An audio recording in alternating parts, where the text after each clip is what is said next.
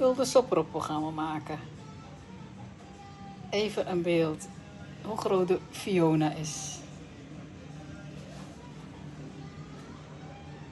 Een gewone soproppel, een Fiona, tomaatjes en die gaan we zo meteen vullen.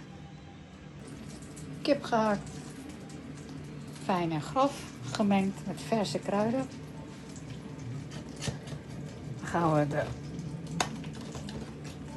soproppel vullen, schoongemaakt. Rookboter in de pan met laurierblad om de balletjes te draaien. En dit is voor de gevulde soproppel. Ik gebruik hele goede olijfolie. Alsjeblieft. Uit Griekenland. De beste. Balletjes. Dit is al aan het bakken. Dit is een speciale pan.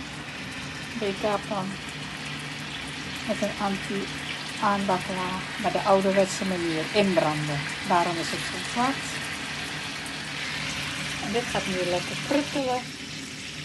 In zijn eigen vocht gaat dit garen ongeveer 60 minuten. Eindresultaat volgt. Laatste balletjes.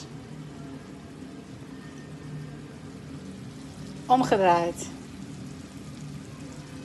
2 balletjes gezet om te sudderen. Nog 30 minuten en dan is het ready.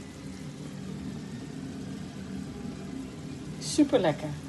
Eet smakelijk voor straks. Smakelijk eten!